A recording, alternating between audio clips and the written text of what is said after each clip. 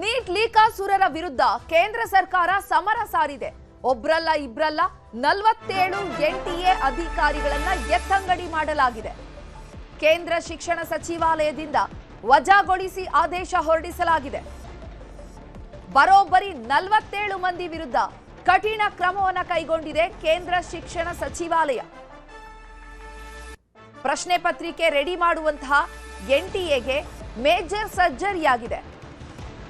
47 ಅಧಿಕಾರಿಗಳ ಎತ್ತಂಗಡಿ ಜೊತೆಗೆ ಹಲವರ ಮೇಲೆ ಕೇಸ್ ಕೂಡ ದಾಖಲಾಗಿದೆ.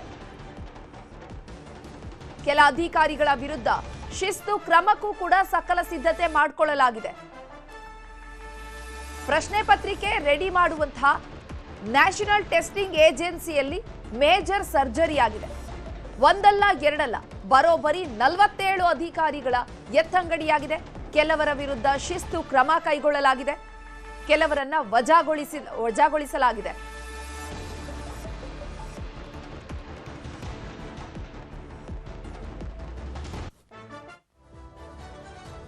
ಇನ್ನು ಈ ಬಗ್ಗೆ ನಮಗೆ ಹೆಚ್ಚಿನ ಮಾಹಿತಿಯನ್ನು ನೀಡ್ತಾರೆ ನಮ್ಮ ಬುಲೆಟಿನ್ ಪ್ರೊಡ್ಯೂಸರ್ ಆದಂತಹ ಮಂಜುನಾಥ್. ನೇರ ಸಂಪರ್ಕದಲ್ಲಿ ಜಾಯ್ನ್ ಆಗಿದ್ದಾರೆ.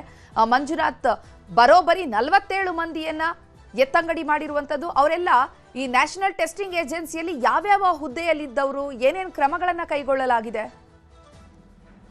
ಚೈತ್ರ, ಏನು ನೀಟ್ ಪ್ರಶ್ನೆ ಪತ್ರಿಕೆ ಸೋರಿಕೆ ಆಯಿತು, ಆ ಸೋರಿಕೆ ಆದಮೇಲೆ ನಡೀತಿರುವಂತಹ ಹೋರಾಟದ ಕಿಚ್ಚು ಏನಿದೆ, ಆ ಒಂದು ಕಿಚ್ಚಿಗೆ ಇವತ್ತು ಇಡೀ NTA ಏನು ರಾಷ್ಟ್ರೀಯ ಪರೀಕ್ಷಾ ಸಂಸ್ಥೆ ಏನಿದಾವೆ, ನೀಟ್ ಆಗಿರ್ಬೋದು, JW ಎಕ್ಸಾಮ್ಗಳಾಗಿರ್ಬೋದು, ಅಥವಾ UGC ನೆಟ್ ಎಕ್ಸಾಮ್ಗಳನ್ನು ಕಂಡಕ್ಟ್ ಮಾಡುವಂತಹ ಒಂದು ಸಂಸ್ಥೆ, ಈ ಒಂದು NTA ಸಂಸ್ಥೆಯಲ್ಲಿ ಇರುವಂತಹ ಎಲ್ಲ ಪ್ರಮುಖ ಅಧಿಕಾರಿಗಳನ್ನು ಕೂಡ ಕೇಂದ್ರ ಶಿಕ್ಷಣ ಸಚಿವಾಲಯ ಎತ್ತಂಗಡಿ ಮಾಡಿರುವಂಥದ್ದು.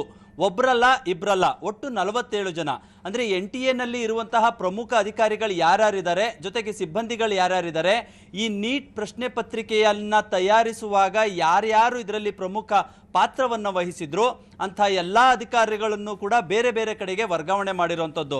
ಕೇವಲ NTA ಬರೀ ಅಧಿಕಾರಿಗಳನ್ನು ವರ್ಗಾವಣೆ ಮಾಡಿದಾಕ್ಷಣ ಒಂದು ಪ್ರಕರಣ ಇಲ್ಲಿಗೆ ನಿಂತಿಲ್ಲ. ಯಾಕಂದರೆ NTA ಬುಡ ಸಮೇತ ಸಂಪೂರ್ಣವಾಗಿ ಕ್ಲೀನ್ ಮಾಡುವಂತಹ ಒಂದು ಕೆಲಸವನ್ನು ಈಗ ಕೇಂದ್ರ ಸರ್ಕಾರ ಮಾಡ್ತಾ ಇರುವಂಥದ್ದು. ಯಾಕಂತಂದರೆ ದೆಹಲಿಯಲ್ಲಿ ನಡೀತಿರುವಂತಹ ಹೋರಾಟದ ಕಿಚ್ಚು ಆ ಮಟ್ಟಿಗೆ ಹತ್ಕೊಂಡಿರುವಂಥದ್ದು. ಬರೀ 2 ತಿಂಗಳ ಕೂಸು ಕಾಕ್ರೋಚ್ ಜನತಾ ಪಾರ್ಟಿ ಅನ್ನೋದು ಮೇ ತಿಂಗಳಲ್ಲಿ ಮೇ 2ನೇ ವಾರ 3ನೇ ವಾರದಲ್ಲಿ ಹುಟ್ಟಿದಂಥ ಒಂದು ಸೋಷಿಯಲ್ ಮೀಡಿಯಾದ ಒಂದು ಪಾರ್ಟಿ ಇದು. ಸೊ ಈ ಒಂದು ಸೋಷಿಯಲ್ ಮೀಡಿಯಾದ ಪಾರ್ಟಿ ಬರೀ 2 ತಿಂಗಳಲ್ಲಿ ದೇಶಾದ್ಯಂತ ಹಚ್ಚಿರುವಂಥ ಒಂದು ಕಿಚ್ಚು ಏನಿದೆ, ಆ ಒಂದು ಕಿಚ್ಚಿನ ಎಫೆಕ್ಟ್ ಈಗ ಡೈರೆಕ್ಟಾಗಿ NTA ಅಧಿಕಾರಿಗಳಿಗೆ ತಟ್ಟಿರುವಂಥದ್ದು.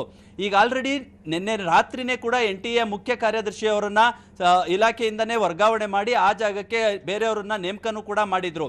ಆದರೆ ಈಗ ಕಂಪ್ಲೀಟಾಗಿ ಕಾಕ್ರೋಚ್ ಪಾರ್ಟಿಯವರು ಏನು ಒಂದು ಶಿಕ್ಷಣ ಸಚಿವರಾಗಿರುವಂಥ ಧರ್ಮೇಂದ್ರ ಪ್ರಧಾನ್ ಅವರ ರಾಜೀನಾಮೆಯನ್ನು ಕೊಡಲೇಬೇಕು ಅಂತ ಕೇಳ್ಕೊಂಡು ಪಟ್ಟು ಹಿಡಿದು ಕೂತಿದ್ದಾರೆ. ಇದರ ಬೆನ್ನಲ್ಲೇ ಈಗ ಇಡೀ NTA ಕ್ಲೀನ್ ಮಾಡುವಂತಹ ಒಂದು ಕೆಲಸವನ್ನು ಈಗ ಕೇಂದ್ರ ಶಿಕ್ಷಣ ಸಚಿವಾಲಯ ಮಾಡ್ತಿರೋವಂಥದ್ದು. ಇಲ್ಲಿ ಪ್ರಮುಖವಾಗಿ ಗಮನಿಸಬೇಕಾಗಿರುವಂಥದ್ದು ಚೈತ್ರ, ಯಾರಿಗೇ ಆಗಲಿ ಒಬ್ಬರಿಗೆ ಅಪ್ಪಿತಪ್ಪಿ ಏನಾದ್ರು ಒಂದು ಸಣ್ಣ ಪುಟ್ಟ ಶುಗರ್ ಬಂತು ಅನ್ನೋದಾದರೆ, ಸಣ್ಣ ಪುಟ್ಟ ಗಾಯ ಆಯಿತು ಅನ್ನೋದಾದರೆ ಅದನ್ನು ಸ್ಟಾರ್ಟಿಂಗಲ್ಲೇ ವಾಸಿ ಮಾಡ್ಕೋಬೇಕು, ಗ್ಯಾಂಗ್ರೀನ್ ಆಗೋವರೆಗೂ ಬಿಡಬಾರ್ದು. ಸೊ NTA ಆದಂಥ ನೀಟ್ ಪ್ರಶ್ನೆ ಪತ್ರಿಕೆ ಸೋರಿಕೆ ಆದಾಗಲೂ ಕೂಡ ಇದೇ ರೀತಿಯಾದಂಥ ಕೆಲಸ ಆಗಿರುವಂಥದ್ದು. ಸಣ್ಣ ಪ್ರಮಾಣದಲ್ಲಿ ಪ್ರತಿಭಟನೆಗಳ ಕಿಚ್ಚು ಯಾವಾಗ ಶುರುವಾಯಿತೋ ಆಗಲೇ ಈ ಒಂದು ಗಾಯಕ್ಕೆ ಮದ್ದು ಅರಿಯುವಂಥ ಕೆಲಸವನ್ನು ಮಾಡಿದ್ದಿದ್ರೆ ಬಹುಶಃ ಆಗಲೇ NTA ಅಧಿಕಾರಿಗಳನ್ನು ಸಂಪೂರ್ಣವಾಗಿ ವರ್ಗಾವಣೆ ಮಾಡುವಂಥದ್ದು, ಅಮಾನತು ಮಾಡುವಂಥದ್ದು, ಅಥವಾ ಬೇರೆಯವರನ್ನು ಈಗ ಬಂಧಿಸಿರೋರನ್ನ ಬಿಟ್ಟು ಬೇರೆಯವರಿಗೆ ಅವ್ರದೇ ಆದಂಥ ಒಂದಷ್ಟು ಶಿಕ್ಷೆಗಳನ್ನು ಕೊಟ್ಟಿದ್ದಿದ್ರೆ ಬಹುಶಃ ಇಷ್ಟು ದೊಡ್ಡದಾಗ್ತಿರ್ಲಿಲ್ಲ. ಈಗ ನೀಟ್ ಪ್ರಶ್ನೆ ಪತ್ರಿಕೆ ಸೋರಿಕೆ ಅನ್ನುವಂಥದ್ದು ಈಗ ದೊಡ್ಡ ಗ್ಯಾಂಗ್ರೀನ್ ಆಗಿ ಹೋಗಿರುವಂಥದ್ದು ಕೇಂದ್ರ ಶಿಕ್ಷಣ ಸಚಿವಾಲಯಕ್ಕೆ. ಸೊ ಹಾಗಾಗಿ ಈಗ ಇಡೀ NTA ಒಂದು ಟೀಮ್ನ ಏನಿದೆ ಅಷ್ಟು ಟೀಮನ್ನು ಕ್ಲೀನ್ ಮಾಡುವಂತಹ ಒಂದು ಕೆಲಸಕ್ಕೆ ಕೈ ಹಾಕಿರುವಂಥದ್ದು. ಇದೆಲ್ಲದಕ್ಕಿಂತ ಮುಖ್ಯವಾಗಿ ದೆಹಲಿಯಲ್ಲಿ ನಡೀತಾ ಇರುವಂತಹ ಕಾಕ್ರೋಚ್ ಜನತಾ ಪಾರ್ಟಿಯ ಹೋರಾಟ ಏನಿದೆ, ಆ ಹೋರಾಟ ಈಗ ಇನ್ನಷ್ಟು ತೀವ್ರವಾಗ್ತಾ ಇದೆ. ಯಾಕಂದರೆ ಇವತ್ತು ಕೇಂದ್ರ ಸಚಿವ JP ನಡ್ಡಾ ಅವರನ್ನು ಭೇಟಿ ಮಾಡಿದಂತಹ CJP ಪಾರ್ಟಿಯವರು ಧರ್ಮೇಂದ್ರ ಪ್ರಧಾನ್ ಅವರ ರಾಜೀನಾಮೆಯನ್ನು ಕೊಡಲೇಬೇಕು, ಅವರು ರಾಜೀನಾಮೆ ಕೊಡಲಿಲ್ಲ ಅಂದರೂ ನೀವಾದರೂ ಸಂಪುಟದಿಂದ ವಜಾ ಮಾಡಿ ಅಂತಲೂ ಬೇರೆ ಷರತ್ತನ್ನು ಹಾಕಿರುವಂಥದ್ದು. ಈ ಷರತ್ತನ್ನು ನಾಳೆ ಮಧ್ಯಾಹ್ನ 3:30 ನೀವು ಪೂರೈಕೆ ಮಾಡಬೇಕು. ಧರ್ಮೇಂದ್ರ ಪ್ರಧಾನ್ ಅವರ ರಾಜೀನಾಮೆಯನ್ನು 3:30 ನೀವೇನು ಪಡ್ಕೊಂಡಿದ್ದೀರಾ ಇಲ್ವಾ, ವಜಾ ಮಾಡ್ತೀರಾ ಇಲ್ವಾ, ಈ ಎರಡರಲ್ಲೊಂದನ್ನು ನಮಗೆ ಕನ್ಫರ್ಮೇಷನ್ ಕೊಟ್ಟಿಲ್ಲ ಅನ್ನೋದಾದರೆ ನಾಳೆ ಅಥವಾ ನಾಡಿದ್ದು ಜೂನ್ 20ನೇ ತಾರೀಕು ದೆಹಲಿಯಲ್ಲಿ ಯಾವ ರೀತಿಯಾದಂತಹ ಸಂಸತ್ ಚಲೋ ಒಂದು ರ್ಯಾಲಿ ನಡೀತು, ಲಾಠಿ ಚಾರ್ಜ್ ನಡೀತು, ದೌರ್ಜನ್ಯಗಳಾಯಿತು, ಪೊಲೀಸ್ನವ್ರ ಮೇಲೆ ವಿದ್ಯಾರ್ಥಿಗಳ ಮೇಲೆ ಪೊಲೀಸ್ನವರು ನಡೆದಂತಹ ಗಲಾಟೆಗಳು ಏನಿದಾವೆ ಅದೆಲ್ಲರೂ ಕೂಡ ನೋಡಿದ್ದೀವಿ. ಅಂಥದ್ದೇ ಹೋರಾಟವನ್ನು ದೇಶವ್ಯಾಪಿ ನಾವು ನಡೆಸುವಂಥ ಕರೆಯನ್ನು ಕೊಡ್ತೀವಿ ಅಂತ ಈಗ ಆಲ್ರೆಡಿ CJP ಪಾರ್ಟಿ ಎಚ್ಚರಿಕೆಯನ್ನು ಕೊಟ್ಟಿರುವಂಥದ್ದು. ಸೊ ಹಾಗಾಗಿನೇ ಈಗ ಅವರನ್ನ ಒಂದು ಸಮಾಧಾನ ಮಾಡಬೇಕಾಗಿರುವಂಥದ್ದು. ಜೊತೆಗೆ ಧರ್ಮೇಂದ್ರ ಪ್ರಧಾನ್ ಅವರನ್ನ ಕೇಂದ್ರ ಒಂದು ಸಂಪುಟದಲ್ಲಿ ಉಳಿಸ್ಕೊಳ್ಬೇಕಾದಂಥ ಅನಿವಾರ್ಯತೆಯೂ ಕೂಡ ಇದೆ. ಸೊ ಹಾಗಾಗಿ ಈಗ ಹಂತ ಹಂತವಾಗಿ ಯಾರ್ಯಾರನ್ನ ತಲೆದಂಡ ಮಾಡ್ಬೋದು ಅವ್ರನ್ನ ಕೆಳಗಡೆಯಿಂದ ಮೇಲ್ವರೆಗೂ ಕೂಡ ತಲೆದಂಡ ಮಾಡುವಂಥ ಒಂದು ಕೆಲಸಕ್ಕೆ ಈಗ ಕೇಂದ್ರ ಸರ್ಕಾರ ಕೈ ಹಾಕಿರುವಂಥದ್ದು. ಇದ್ರ ಜೊತೆಗೆ ಈಗ ಆಲ್ರೆಡಿ ಏನು ನೀಟ್ ಮುಂದೆ ಯಾವುದೇ ಪ್ರಶ್ನೆ ಪತ್ರಿಕೆಗಳು ಸೋರಿಕೆ ಆದರೂ ಕೂಡ ಆ ಒಂದು ಪ್ರಶ್ನೆ ಪತ್ರಿಕೆಯ ಸೋರಿಕೆಯ ಹಿಂದಿನ ಮಾಸ್ಟರ್ ಮೈಂಡ್ಗಳು ಯಾರಿರ್ತಾರೆ ಅಂಥವ್ರನ್ನೆಲ್ಲ ಕಂಪ್ಲೀಟ್ ಆಗಿ ಅರೆಸ್ಟ್ ಮಾಡುವಂಥದ್ದು, ಜೊತೆಗೆ 10 ವರ್ಷಗಳ ಕಾಲ ಅವರಿಗೆ ಶಿಕ್ಷೆ ಆಗಬೇಕು, ಜೊತೆಗೆ 1 ಕೋಟಿ ರೂಪಾಯಿವರೆಗೂ ಕೂಡ ದಂಡ ಬೀಳುವಂಥ ಒಂದು ಮಸೂದೆಯನ್ನು ಕೂಡ ಈಗ ಆಲ್ರೆಡಿ ಕೇಂದ್ರ ಸರ್ಕಾರ ತಯಾರಿ ಮಾಡ್ತಾ ಇದೆ. ಸೋಮವಾರ ಬಿಲ್ ಕೂಡ ಮಂಡನೆ ಆಗಬೇಕಾಗಿದೆ. ಸೊ ಆ ಮಸೂದೆಯನ್ನು ತಯಾರಿಸೋದಕ್ಕೆ ಬೇಕಾದಂಥ ಸಿದ್ಧತೆಗಳು ಮಾಡ್ಕೊಳ್ತಿರೋ ಮಧ್ಯದಲ್ಲೇ ಈಗ NTA ನಲ್ಲಿರುವಂತಹ ಒಟ್ಟು 47 ಅಧಿಕಾರಿಗಳನ್ನು ವಜಾ ಮಾಡಿದ್ದಾರೆ.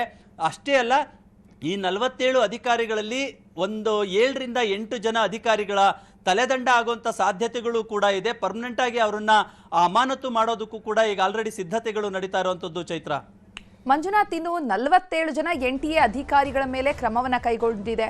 ಒಂದ್ ಕಡೆ ತ್ವರಿತ ನ್ಯಾಯಾಲಯವನ್ನ ಸ್ಥಾಪನೆ ಮಾಡಿದೆ, ಮತ್ತೊಂದ್ ಕಡೆ ಕಠಿಣ ಕಾನೂನು ಕ್ರಮಗಳನ್ನ ಕೈಗೊಳ್ತಾ ಇದೆ ಈ ಪ್ರಶ್ನೆ ಪತ್ರಿಕೆಗೆ ಸಂಬಂಧಪಟ್ಟಂತೆ. ಆದ್ರೆ ಕೇಂದ್ರ ಸರ್ಕಾರ ಇಷ್ಟಕ್ಕೆ ಸುಮ್ಮನಾಗುತ್ತಾ ಅಥವಾ ಧರ್ಮೇಂದ್ರ ಪ್ರಧಾನ್ ಅವರ ರಾಜೀನಾಮೆ ಮೊದಲ ಬೇಡಿಕೆಯನ್ನ ಇಟ್ಟಿರುವಂತದ್ದು ವಿದ್ಯಾರ್ಥಿಗಳು, ಅವರ ಒಂದು ರಾಜೀನಾಮೆಯನ್ನ ಕೊಡುವಂತಹ ಸಾಧ್ಯತೆ ಇದೆಯಾ, ಹೇಗೆ? ಅದೇ ಇನ್ನೂ ನಿಗೂಢವಾಗಿರುವಂಥದ್ದು ಚೈತ್ರ. ಯಾಕಂದರೆ CJP ಪಾರ್ಟಿಯವರು ಈಗ ಆಲ್ರೆಡಿ ಕೊಟ್ಟಿರುವಂತಹ 3 ಡಿಮ್ಯಾಂಡ್ಗಳು ಏನಿದ್ದಾವೆ ಆ 3 ಡಿಮ್ಯಾಂಡ್ಗಳಲ್ಲಿ 2ಅನ್ನ ಈಡೇರಿಸೋದಾಗಿ ಕೇಂದ್ರ ಸರ್ಕಾರ ಈಗ ಆಲ್ರೆಡಿ ಭರವಸೆ ಕೊಟ್ಟಿದೆ. ಒಂದು, ಧರ್ಮೇಂದ್ರ ಪ್ರಧಾನ್ ಅವರ ರಾಜೀನಾಮೆ ಬೇಕೇ ಬೇಕು ಅಂತ ಕೇಳಿರೋದನ್ನ ಮಾತ್ರ ಹೋಲ್ಡಲ್ಲಿ ಇಟ್ಟಿರುವಂಥದ್ದು. ಅದನ್ನು ಬಿಟ್ಟು ನೀಟ್ ಪರೀಕ್ಷೆ ಅಭ್ಯರ್ಥಿಗಳು ಏನಿದ್ರು, ಈ 21 ಜನ ಆತ್ಮಹತ್ಯೆ ಮಾಡಿಕೊಂಡಂಥ ಆಕಾಂಕ್ಷಿಗಳು, ಅವರ ಕುಟುಂಬಕ್ಕೆ ತಲಾ 1 ಕೋಟಿ ರೂಪಾಯಿ ಪರಿಹಾರವನ್ನು ಕೂಡ CJP ಅವರು ಕೇಳಿದ್ರು. ಆ 1 ಕೋಟಿ ಪರಿಹಾರವನ್ನು ಕೊಡೋದಕ್ಕೂ ಕೂಡ ಕೇಂದ್ರ ಸರ್ಕಾರ ಈಗ ಆಲ್ರೆಡಿ ಒಪ್ಪಿಗೆಯನ್ನು ನೀಡಿದೆ. ಇದರ ಜೊತೆಗೆ ಏನು ಜುಲೈ 20ನೇ ತಾರೀಕು ನಡೆದಂತಹ ಲಾಠಿ ಚಾರ್ಜ್ ಪ್ರಕರಣದಲ್ಲಿ, ದೌರ್ಜನ್ಯ ಪ್ರಕರಣದಲ್ಲಿ ಸರಿಸುಮಾರು 100 ರಿಂದ 150 ವಿದ್ಯಾರ್ಥಿಗಳ ಮೇಲೆ ಬೇರೆ ಬೇರೆ ಕಡೆ ಎಲ್ಲ FIRಗಳಾಗಿದ್ದಾವೆ, ಕೇಸ್ಗಳಾಗಿದ್ದಾವೆ. ಕೆಲವರು ಜಾಮೀನ್ ಮೇಲೂ ಕೂಡ ಆಲ್ರೆಡಿ ಎಲ್ಲ ಹೊರಗಡೆನೂ ಬಂದಿದ್ದಾರೆ. ಸೊ ಹಾಗಾಗಿ ಆ ಒಂದು ಯಾವ್ಯಾವ ಸ್ಟೂಡೆಂಟ್ಸ್ಗಳ ಮೇಲೆ ಹಾಕಿರುವಂಥ ಕೇಸ್ಗಳೇನಿದ್ದಾವೆ ಅಷ್ಟೂ ಕೇಸ್ಗಳನ್ನು ವಜಾ ಮಾಡಿ ಅಂತಲೂ ಕೂಡ ಡಿಮ್ಯಾಂಡನ್ನು ಇಟ್ಟಿದ್ರು. ಆ ಒಂದು ಡಿಮ್ಯಾಂಡನ್ನು ಕೂಡ ಕೇಂದ್ರ ಸರ್ಕಾರ ಈಗ ಆಲ್ರೆಡಿ ಪೂರೈಸ್ತೀವಿ ಅಂತ ಒಪ್ಕೊಂಡಿದೆ. ಆದರೆ CJP ಅವರು ಕೇಳ್ತಿರುವಂತಹ ಪ್ರಕಾರ ಧರ್ಮೇಂದ್ರ ಪ್ರಧಾನ್ ಶಿಕ್ಷಣ ಸಚಿವ ಇವರ ರಾಜೀನಾಮೆ ಬಗ್ಗೆ ಇನ್ನೂ ಕೂಡ ಯಾವುದೇ ರೀತಿಯಾದಂತಹ ದೃಢ ನಿರ್ಧಾರಕ್ಕೆ ಕೇಂದ್ರ ಸರ್ಕಾರ ಬಂದಿಲ್ಲ.